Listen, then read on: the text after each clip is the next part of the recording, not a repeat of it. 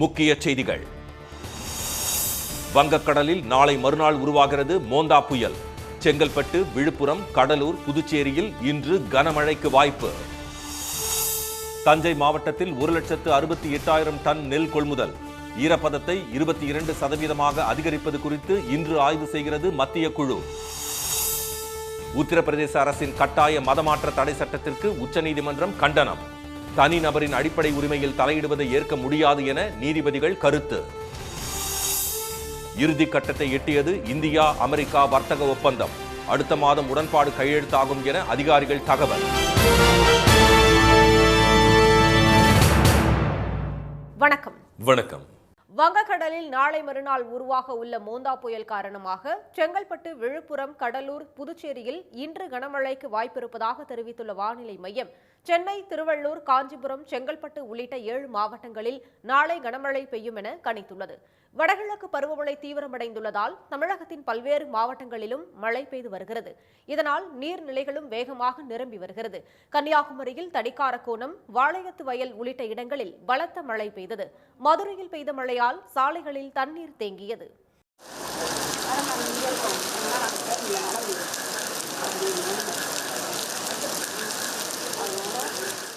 திருவள்ளூர் அடுத்த மஞ்சாகுப்பம் பகுதியில் கொசஸ்தலை ஆற்றில் ஏற்பட்ட வெள்ளநீர் விளைநிலத்தில் புகுந்ததால் 150 ஏக்கரில் சாகுபடி செய்யப்பட்டிருந்த மல்லிகை செடி, சம்மங்கிப்பூ, வெண்டை, வெங்காயம், அவரை, புடலங்காய் உள்ளிட்ட பயிர்கள் சேதமடைந்தன. மேலூர் மற்றும் அழகர்கோவில் பகுதிகளிலும் சிவகங்கை மாவட்டம் சிங்கம்புணரியிலும் 1 மணி நேரத்திற்கு மேலாக கனமழை கொட்டி தீர்த்தது. இதனால் தாழ்வான இடங்களில் தண்ணீர் தேங்கியது. கொடைக்கானலில் பெய்த கனமழையால் தலையாறு அருவி, வெள்ளி நீர்வீழ்ச்சி, லிரில், வட்டக்கானல் உள்ளிட்ட அருவிகளில் தண்ணீர் ஆர்ப்பரித்து கொட்டுகிறது. சாலையோரங்களிலும் ஆங்காங்கே சிறு சிறு அருவிகள் உருவாகியுள்ளது.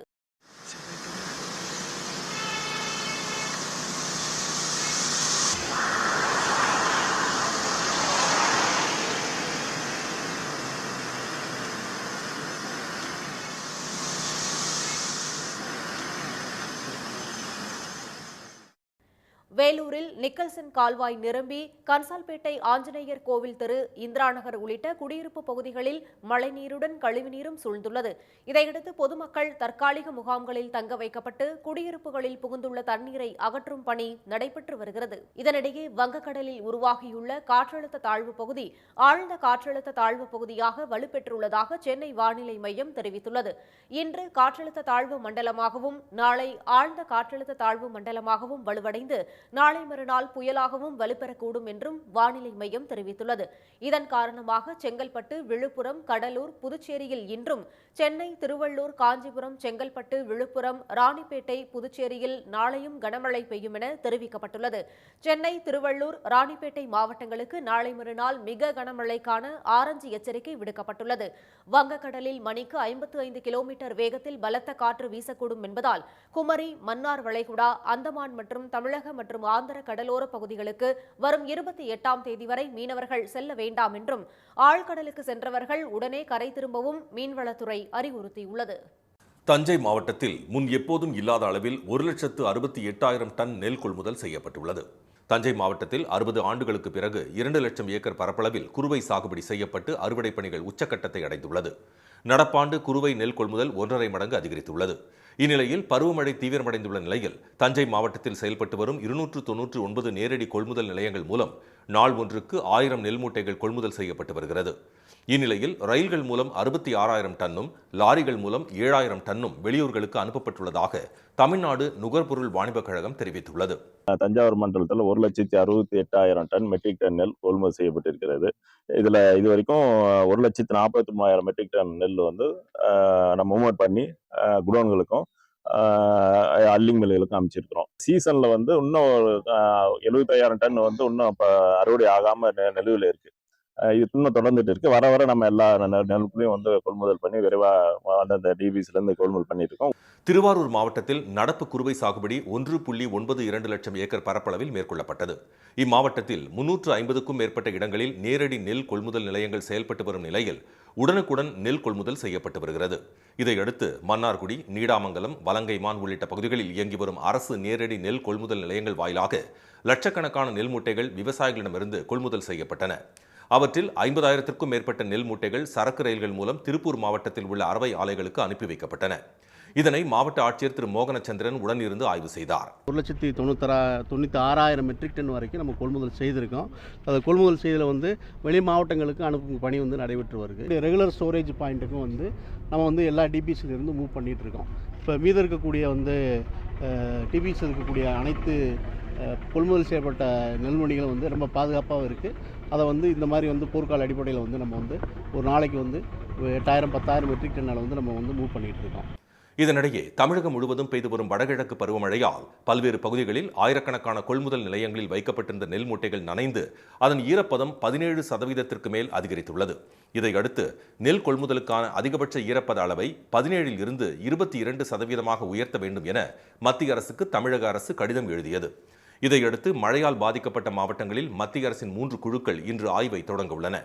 மத்திய வேளாண் துறை இணை இயக்குநர் தலைமையில் 2 குழுக்களும் உதவி இயக்குநர் தலைமையில் 1 குழுவும் ஆய்வு செய்ய உள்ளன. இந்த குழுக்கள் மழையால் பாதிக்கப்பட்ட மாவட்டங்களில் இன்று முதல் 3 நாட்களுக்கு தங்களது ஆய்வை மேற்கொள்ளும். முதல் குழு செங்கல்பட்டு, திருவள்ளூர், காஞ்சிபுரத்திலும், 2வது குழு தஞ்சாவூர், திருவாரூர், மயிலாடுதுறை, நாகை, கடலூர் மாவட்டங்களிலும் ஆய்வு செய்யும். 3வது குழு திருச்சி, புதுக்கோட்டை, மதுரை, தேனி மாவட்டங்களில் ஆய்வு செய்ய உள்ளது. ஆய்வை முடித்து 2 நாட்களில் தங்கள் அறிக்கையை இந்த குழுக்கள் மத்திய அரசிடம் தாக்கல் செய்ய உள்ளன. உத்தரப்பிரதேச அரசின் கட்டாய மதமாற்ற தடை சட்டம் இந்தியா ஒரு மதச்சார்பற்ற நாடு என்பதை கேள்விக்குறியாக்கியுள்ளதாக உச்சநீதிமன்றம் விமர்சித்துள்ளது. திரு யோகி ஆதித்யநாத் தலைமையிலான உத்தரப்பிரதேச மாநில பாஜக அரசு கட்டாய மதமாற்ற தடை சட்டத்தை கொண்டு வந்தது.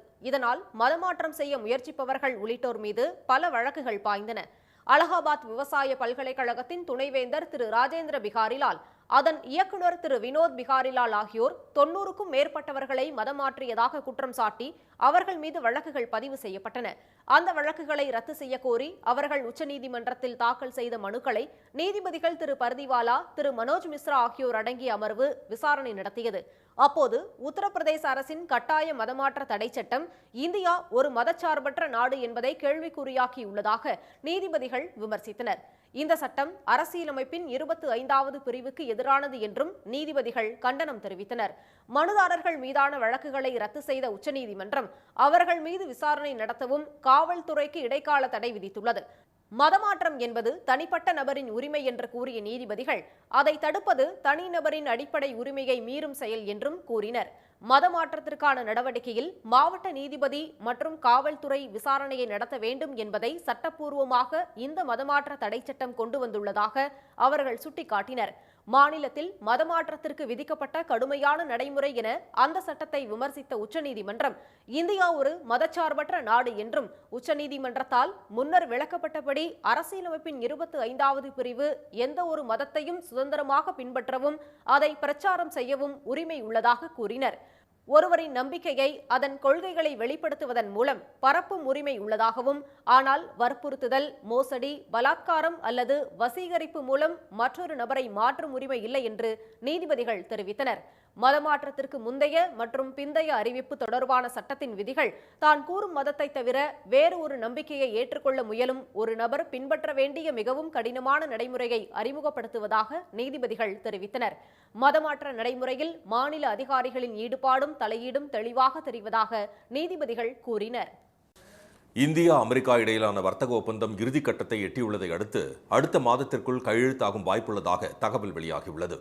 ரஷ்யாவிடம் இந்தியா கச்சா எண்ணெய் வாங்குவதை காரணம் காட்டி இந்திய பொருட்களுக்கு ட்ரம்ப் 50% வரி விதித்தார். இதனால் இரு நாடுகளிடையேயான பேச்சுவார்த்தை தடைப்பட்டது. அதன் பின்னர் தெற்கு மற்றும் மத்திய ஆசியாவிற்கான அமெரிக்க வர்த்தக பிரதிநிதி பிரெண்டன் லிஞ்ச் தலைமையிலான குழுவினர் கடந்த மாதம் 16ஆம் தேதி இந்தியா வந்து ஆலோசனை நடத்திவிட்டு சென்றனர். இதையடுத்து மத்திய அமைச்சர் திரு பியூஷ் கோயல் தலைமையிலான குழு கடந்த மாதம் அமெரிக்கா சென்று அந்நாட்டு வர்த்தக பிரதிநிதி ஜாமிசன் கிரீர் உள்ளிட்ட உயர் அதிகாரிகளுடன் பேச்சுவார்த்தை நடத்தியது. அந்த பேச்சுவார்த்தையில் ஏற்பட்ட முன்னேற்றம் காரணமாக இந்திய அதிகாரிகள் அடங்கிய குழு இந்த வாரம் மீண்டும் அமெரிக்கா சென்று அதிகாரிகளை சந்தித்தது. இதையடுத்து இரு நாடுகளுக்கு இடையிலான வர்த்தகத்தை 191 பில்லியன் அமெரிக்க டாலரில் இருந்து வரும் 2030ஆம் ஆண்டிற்குள் இருதரப்பு வர்த்தகத்தை 500 பில்லியன் அமெரிக்க டாலர்களாக இரட்டிப்பாக்கிக் கொள்ள இரு நாடுகளும் ஏற்றுக்கொண்டுள்ளன. பெரும்பாலான பிரச்சனைகளில் இரு நாடுகளுக்கு இடையே ஒருமித்த கருத்து ஏற்பட்டதை அடுத்து ஒப்பந்தத்தின் விவரங்கள் இறுதி செய்யப்பட்டு வர்த்தக ஒப்பந்தம் கையெழுத்தாகும் நிலைக்கு வந்துள்ளதாக மத்திய அரசு அதிகாரிகள் தரப்பில் தெரிவிக்கப்பட்டுள்ளது. அடுத்த மாதத்திற்குள்ளாகவே இந்தியா அமெரிக்கா இடையிலான வர்த்தக ஒப்பந்தத்தின் முதல் பகுதி நிறைவேறும் வாய்ப்புகள் உள்ளதாகவும் கூறப்படுகிறது. ஒப்பந்தம் நிறைவேறினால் இந்திய பொருட்கள் மீதான 50% வரி 15 முதல் 16% குறைக்க ட்ரம்ப் முடிவு செய்துள்ளதாகவும் தெரிகிறது. இந்நிலையில் இந்தியா அவசரப்பட்டு எந்த வர்த்தக ஒப்பந்தத்திலும் கையெழுத்திடாது என்றும் கட்டுப்படுத்தும் நிபந்தனைகளை ஏற்காது என்றும் மத்திய வர்த்தகம் மற்றும் தொழில்துறை அமைச்சர் திரு பியூஷ் கோயல் தெரிவித்துள்ளார். ரஷ்யாவைச் சேர்ந்த 2 எண்ணெய் நிறுவனங்களுக்கு அமெரிக்கா மற்றும் ஐரோப்பிய நாடுகள் தடை விதித்துள்ள நிலையில் அதனை முழுமையாக மதிக்கப் போவதாக ரிலையன்ஸ் நிறுவனம் அறிவித்துள்ளது. நேட்டோ கூட்டமைப்பில் இணையாமல் தடுக்க உக்ரைன் மீது ரஷ்யா நடத்தி வரும் போர் 4 ஆண்டுகளாக நீடித்து வரும் நிலையில் அதை நிறுத்தும் முயற்சியில் அமெரிக்க அதிபர் ட்ரம்ப் ஈடுபட்டுள்ளார். இதற்காக ரஷ்ய அதிபர் புதினை அவர் அலாஸ்காவில் கடந்த ஆகஸ்ட் மாதம் சந்தித்து பேசினார். ஆனால் போர் நிறுத்தம் தொடர்பாக எந்த பலனும் கிடைக்கவில்லை. தனது முடிவில் ரஷ்யா உறுதியாக இருப்பதால் மீண்டும் தலைவர்களின் சந்திப்பு நடைபெறாது என்று அமெரிக்கா அறிவித்துள்ளது. இந்த சூழ்நிலையில் ரஷ்யாவுக்கு அழுத்தம் கொடுக்கும் விதமாக அந்நாட்டின் 2 மிகப்பெரிய எண்ணெய் நிறுவனங்களான ரோஸ்நெஃப்ட், லூகோயில் ஆகியவற்றின் மீது அமெரிக்கா, இங்கிலாந்து மற்றும் ஐரோப்பிய கூட்டமைப்பு நாடுகள் தடை விதித்துள்ளன.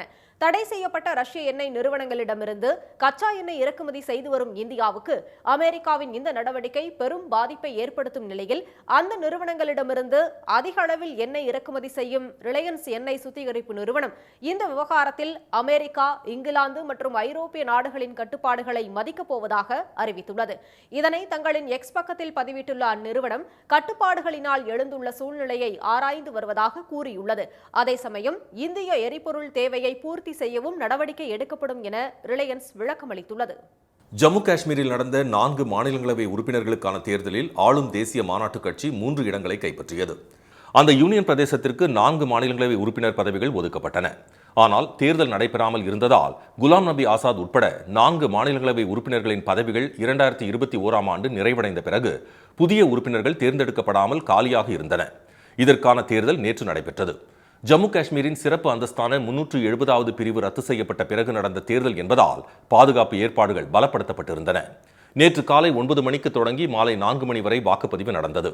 சட்டப்பேரவை வளாகத்தில் அமைக்கப்பட்டிருந்த 3 தனித்தனி வாக்குச்சாவடிகளில் 88 எம்எல்ஏக்கள் வாக்களித்தனர். மாலை 5 மணிக்கு நடைபெற்ற வாக்கு எண்ணிக்கையில் 3 இடங்களை ஆளும் தேசிய மாநாட்டு கட்சி கைப்பற்றியது. பாஜக ஒரு இடத்தில் வெற்றி பெற்றது. தேசிய மாநாட்டு கட்சி சார்பில் திரு சௌத்ரி முகமது ரம்ஜான், திரு சஜாத் கிச்லு, திரு ஷம்மி ஓபராய் ஆகியோர் வெற்றி பெற்றதாக அறிவிக்கப்பட்டது. அதே நேரத்தில் பாஜக செய்தி தொடர்பாளர் 32 வாக்குகளை பெற்று வெற்றி பெற்றுள்ளார். அந்த இடத்திற்கான தேசிய மாநாட்டு கட்சி வேட்பாளர் திரு இம்ரான் நபீட்டார் 22 வாக்குகளை பெற்று தோல்வியடைந்தார். பாஜக வேட்பாளர் வெற்றி பெறுவதற்காகவே எம்எல்ஏக்கள் சிலர் தங்களின் வாக்குகளை செல்லாதவை ஆக்கியிருப்பதாக திரு உமர் அப்துல்லா எக்ஸ் தளத்தில் பதிவிட்டிருப்பது அரசியல் வட்டாரங்களில் விவாத பொருளாகியுள்ளது. நாகை, திருவாரூர், தஞ்சை மாவட்டங்களில் மழையால் பாதிக்கப்பட்டுள்ள நெற்பயிர்களை ஆய்வு செய்த அமைச்சர் திரு எம்.ஆர்.கே. பன்னீர்செல்வம் 33% மேல் பாதிக்கப்பட்டுள்ள நெற்பயிர்களுக்கு நிவாரணம் வழங்க நடவடிக்கை எடுக்கப்படும் என தெரிவித்துள்ளார்.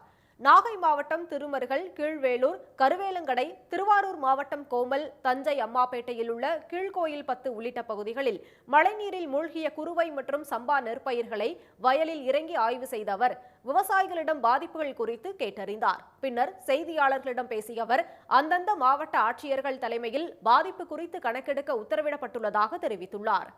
33% பாதிப்பு இருக்கின்ற நிலங்களுக்கு நிவாரணம் கணக்கெடுத்து கணக்கெடுப்பதற்கு கணக்கெடுக்கிற பணிகள் முடிந்த பிறகு அதற்குரிய 33% பாதிப்பு இருக்கிறது. ஆமாம், கிட்டத்தட்ட 2550 ஹெக்டேர் அளவுக்கு தண்ணீர் சூழப்பட்டிருக்கு.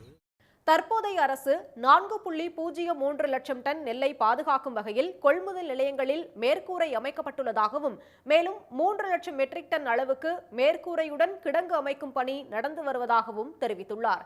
கடந்த அதிமுக ஆட்சியில் நேரடி நெல் கொள்முதல் நிலையங்களில் 600 மூட்டைகள் தினசரி கொள்முதல் செய்த நிலையில் தற்போதைய ஆட்சியில் 1000 மூட்டைகள் கொள்முதல் செய்யப்படுவதாக கூறினார். தமிழ்நாட்டில் வடகிழக்கு பருவமழை தீவிரமடைந்துள்ள நிலையில் டெல்டா மாவட்டங்களில் இதுவரை 25,000க்கும் மேற்பட்ட ஏக்கரில் நெற்பயிர்கள் நீரில் மூழ்கி சேதமடைந்துள்ளன. மாநிலத்தில் கடந்த சில நாட்களாக வடகிழக்கு பருவமழை பெய்து வரும் நிலையில் திருச்சி, தஞ்சை, திருவாரூர், நாகை, மயிலாடுதுறை மாவட்டங்களில் பெருமளவில் நெற்பயிர்கள் நீரில் மூழ்கியுள்ளன. திருச்சி மாவட்டத்தை பொறுத்தவரை சுமார் 1,25,000 ஏக்கரில் குறுவை சாகுபடி செய்யப்பட்ட நிலையில் 1,800 ஏக்கர் பரப்பளவில் பயிர்கள் நீரில் மூழ்கியுள்ளன. தஞ்சை மாவட்டத்தில் 2 லட்சம் ஏக்கர் பரப்பில் குறுவை சாகுபடி செய்யப்பட்டதில் 5178 ஏக்கர் பயிர்கள் மழைநீரில் மூழ்கியுள்ளன.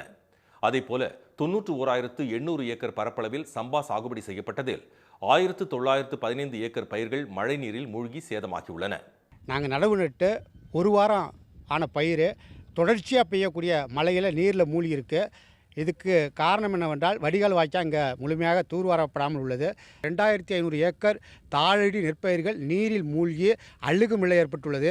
உடனடியாக அரசு அதிகாரிகள் இந்த வாய்க்கால் தூர்வாருவதற்கான 3 ஆண்டுக்கு ஒரு முறை தூர்வாருவதற்கான நிபந்தனைகளை வைத்திருக்கின்றார்கள். இந்த நிபந்தனைகளை தளர்த்தி வாய்க்கால்களை தூர்வாரினால்தான் வரக்கூடிய காலங்களில் பயிர்கள் அழிவிலிருந்து பாதுகாக்க முடியும். திருவாரூர் மாவட்டத்தில் சுமார் 1.5 லட்சம் ஏக்கர் குறுவை மற்றும் சம்பா சாகுபடி செய்யப்பட்டதில் 2467 ஏக்கர் குறுவை பயிர்களும் 75 ஏக்கர் சம்பா பயிர்களும் நீரில் மூழ்கி பாதிப்படைந்துள்ளன.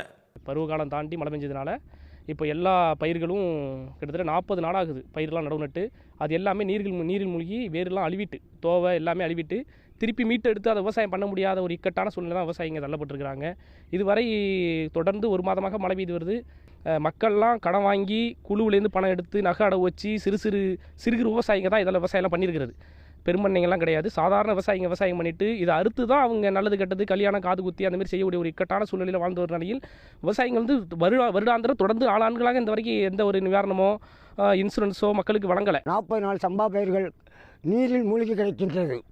பாருங்கள், கடல் போன்று தோன்றுகிறது. இதற்கு அரசு ஏதாச்சும் உதவி செய்து விவசாயிகளுக்கு கடன் வாங்கி நட்ட நடவு வீணாக கிடக்கிறது. மேலே அழிவிட்டது, நாற்றும் அழிவிட்டது. நாகை மாவட்டத்தை பொறுத்தவரை 74,692 ஏக்கரில் குறுவை சாகுபடி செய்யப்பட்டது. இதில் 38,300 ஏக்கர் பரப்பளவில் அறுவடை பணிகள் முடிந்துள்ள நிலையில் 5,899 ஏக்கர் குறுவை பயிர்கள் நீரில் மூழ்கியுள்ளன. அதேபோல சம்பா சாகுபடியை பொறுத்தவரை 55,597 ஏக்கர் சாகுபடி செய்யப்பட்ட நிலையில் 4,925 ஏக்கர் பயிர்கள் மழை நீரில் மூழ்கியுள்ளன. மயிலாடுதுறை மாவட்டத்தில் 1,72,500 ஏக்கரில் சம்பா தாளடி விவசாயம் மேற்கொள்ளப்பட்டு வருகிறது. இதில் 1 லட்சம் ஏக்கரில் தற்பொழுது நடவு பணி முடிந்துள்ளது. இதில் 3000 ஏக்கரில் மழைநீர் சூழ்ந்துள்ளது. நீதி பரிபாலனத்தின் அஸ்திவாரமே வழக்கறிஞர்கள்தான் என்று தெரிவித்துள்ள மணிப்பூர் உயர்நீதிமன்ற தலைமை நீதிபதி திரு எம் சுந்தர், அந்த அஸ்திவாரம் எவ்வளவு வலிமையாக கட்டமைக்கப்பட்டுள்ளதோ அதற்கேற்பவே நீதித்துறையின் செயல்பாடுகளும் இருக்கும் என்று கூறினார். மணிப்பூர் உயர்நீதிமன்ற தலைமை நீதிபதியாக நியமிக்கப்பட்டுள்ள திரு சுந்தருக்கு சென்னை பார் கவுன்சில் அரங்கில் பாராட்டு விழா நடத்தப்பட்டது. தமிழ்நாடு மற்றும் புதுச்சேரி பார் கவுன்சில், சென்னை உயர்நீதிமன்ற வழக்கறிஞர்கள் சங்கம், மெட்ராஸ் பார் அசோசியேஷன் உள்ளிட்ட சங்கங்கள் இணைந்து இந்த பாராட்டு விழாவை நடத்தின. விழாவில் ஏற்புரையாற்றிய நீதிபதி திரு சுந்தர், சென்னை உயர்நீதிமன்றத்தில் பணியாற்றிவிட்டு எங்கு சென்றாலும் தானாக புகழ் வந்து சேரும் என்று கூறினார். இளம் வழக்கறிஞர்கள் கண்ணியத்தோடும் ஒழுக்கத்தோடும் திறமையை வளர்த்துக் கொள்ள வேண்டும் என்றும் அவர் கேட்டுக்கொண்டார். இந்த நீதி பரிபாலனம் செய்யும் கட்டுமானத்தின் அடித்தளமாக இருக்கக்கூடிய வழக்கறிஞர்களின் விழுமியம் சார்ந்த ஒரு விஷயமாக மட்டுமே அதை எடுத்துக் கொள்ளுங்கள் என்று கரங்கூப்பி கேட்டுக்கொள்கிறேன். இந்த பாராட்டு விழாவில் சென்னை உயர்நீதிமன்ற நீதிபதிகள் மற்றும் ஓய்வு பெற்ற நீதிபதிகள் பங்கேற்றனர். தொடர் மழை காரணமாக வரத்து குறைந்ததால் திண்டுக்கல் மாவட்டம் ஒட்டன்சத்திரம் காய்கறி சந்தையில் தக்காளி விலை கிடுகிடுவென உயர்ந்துள்ளது. தென்னிந்தியாவின் மிக பெரும் காய்கறி சந்தையான அந்த சந்தைக்கு அருகே உள்ள கள்ளி மந்தயம், பொருளூர், அம்பிளிக்கை, ஓடைப்பட்டி உள்ளிட்ட பல்வேறு கிராமங்களில் தக்காளி அதிக அளவில் பயிர் செய்யப்படுகிறது. இந்த நிலையில் கடந்த சில தினங்களாக பெய்து வரும் பருவமழை காரணமாக தக்காளி விளைச்சல் பாதிக்கப்பட்டதால் ஒட்டன்சத்திரம் காய்கறி சந்தைக்கு தக்காளி வரத்து குறைந்தது. இதனால் 15 கிலோ எடை கொண்ட ஒரு தக்காளி பெட்டி 350 ரூபாய் முதல் 450 வரை விற்பனையாகி வருகிறது. தொடர் மழை பெஞ்சதுனாலையும் தீபாவளி பண்டிகை வந்ததுனாலையும் வரத்து குறைஞ்சதுனால தேவை அதிகமானதுனால விலைவாசி ஏதாவது ஒரு 350 ரூபா 400 ரூபா அந்த மாதிரி போயிட்டு இருக்கு. இதில் விவசாயிகளுக்கு ஓரளவுக்கு பிரயோஜனமாக தான் இருக்கு. கடந்த ஒரு மாதத்திற்கு மேலாக 15 கிலோ எடை கொண்ட ஒரு தக்காளி பெட்டி 200 ரூபாய் முதல் 260 ரூபாய் வரை விற்பனையாகி வந்த நிலையில் தற்போது விலை உயர்ந்துள்ளது. சத்தீஸ்கர் மாநிலத்தில் விவசாயி ஒருவர் தாம் சேமித்து வைத்த 10 ரூபாய் நாணயங்களை கொண்டு மகளுக்கு ஸ்கூட்டர் வாங்கி கொடுத்துள்ளார். கெஸ்ரா கிராமத்தைச் சேர்ந்த கௌதம் ராம் என்ற விவசாயியின் மகள் அவரிடம் ஸ்கூட்டர் வேண்டுமென்று சில ஆண்டுகளுக்கு முன்பு கேட்டுள்ளார். பெற்ற மகளின் ஆசையை நிறைவேற்ற முடியவில்லையே என்று துடிதுடித்த கௌதம் ராம் நாள்தோறும் 10 ரூபாய் என்ற அடிப்படையில் நாணயங்களை சேமித்து வந்துள்ளார். தீபாவளியன்று தாம் சேமித்து வைத்த நாணயங்களை சாக்கு மூட்டையில் கட்டிக்கொண்டு அருகிலுள்ள ஷோரூமிற்கு சென்றுள்ளார்.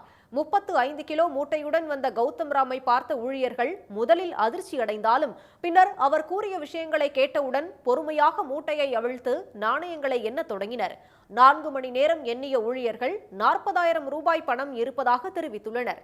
மகளின் கனவை நிறைவேற்ற விவசாயி எடுத்துக்கொண்ட விடாமுயற்சியை பாராட்டிய ஷோரூம் மேலாளர் ஸ்கூட்டரை வழங்கினார். இதை தனது மகளுக்கு அந்த விவசாயி பரிசாக வழங்கி தீபாவளி வாழ்த்துக்களை பரிமாறிக்கொண்டார்.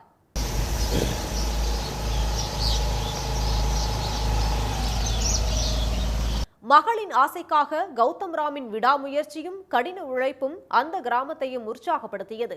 நிலையான சிறிய சேமிப்பு குறிப்பிடத்தக்க சாதனைகளுக்கு வழிவகுக்கும் என்பதை அவர் நிரூபித்து காட்டியது பலருக்கு உந்துதலாக அமைந்துள்ளதாக கெஸ்ரா கிராம மக்கள் தெரிவித்தனர். 6 மாதங்கள் சிறுக சிறுக சேமித்த 40,000 ரூபாயுடன் மீதமுள்ள தொகையை ரொக்கமாகவும் விவசாயி வழங்கியுள்ளார்.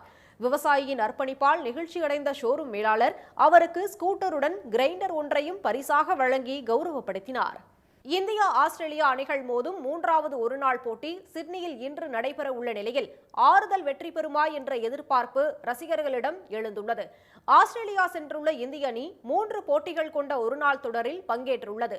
முதல் 2 போட்டியில் வென்ற ஆஸ்திரேலியா தொடரை 2-0 என கைப்பற்றிய நிலையில் முக்கியத்துவம் இல்லாத 3வது கடைசி போட்டி சிட்னியில் இன்று நடைபெறுகிறது. இந்தியா இதுவரை ஆஸ்திரேலிய மண்ணில் முழுமையாக ஒருநாள் தொடரை இழந்தது இல்லை. இதனால் இன்று வென்றாக வேண்டிய நெருக்கடியில் இந்திய அணி களமிறங்குகிறது. அனுபவ வீரர்கள் ரோஹித் சர்மா, விராட் கோலி ஆகியோர் கை கொடுத்தால் நெருக்கடியை எளிதில் சமாளிக்கலாம். ஆனால் இருவரும் அங்கு பெரிய அளவில் சோபிக்காதது ஏமாற்றம் தருகிறது. இந்தியா ஆஸ்திரேலிய அணிகள் சிட்னியில் 19 ஒருநாள் போட்டியில் மோதியுள்ள நிலையில் இந்தியா 2இல் மட்டும் வென்று 16 போட்டிகளில் தோற்றிருப்பது பின்னடைவாக கருதப்படுகிறது. இந்த மைதானத்தில் கடைசியாக மோதிய 6 போட்டிகளிலும் ஆஸ்திரேலியா வெற்றி பெற்றிருப்பது அந்த அணிக்கு சாதகமாக அமைந்தாலும் இன்றைய போட்டியில் வெற்றி பெறுவதன் மூலம் ஆறுதல் வெற்றியை இந்தியா பதிவு செய்ய வேண்டும் என்பதே ரசிகர்களின் எதிர்பார்ப்பாக உள்ளது. மீண்டும் முக்கிய செய்திகள். வங்கக்கடலில் நாளை மறுநாள் மோந்தா புயல் உருவாக உள்ளதாக சென்னை வானிலை ஆய்வு மையம் எச்சரித்துள்ளது. தஞ்சை மாவட்டத்தில் முன் எப்போதும் இல்லாத அளவில் 1,68,000 டன் நெல் கொள்முதல் செய்யப்பட்டுள்ளது. உத்தரப்பிரதேச அரசின் கட்டாய மதமாற்ற தடை சட்டம் இந்தியா ஒரு மதசார்பற்ற நாடு என்பதை கேள்விக்குறியாக்கியுள்ளதாக உச்சநீதிமன்றம் விமர்சித்துள்ளது. இத்துடன் இந்த செய்திகள் நிறைவடைந்தன. மீண்டும் சன் டிவியில் செய்திகள் மாலை 6 மணிக்கு. செய்திகளை உடனுக்குடன் தெரிந்து கொள்ள QR கோடை ஸ்கேன் செய்து சன் நியூஸ் வாட்ஸ்அப் சேனலில் இணைந்திருங்கள். வணக்கம். வணக்கம்.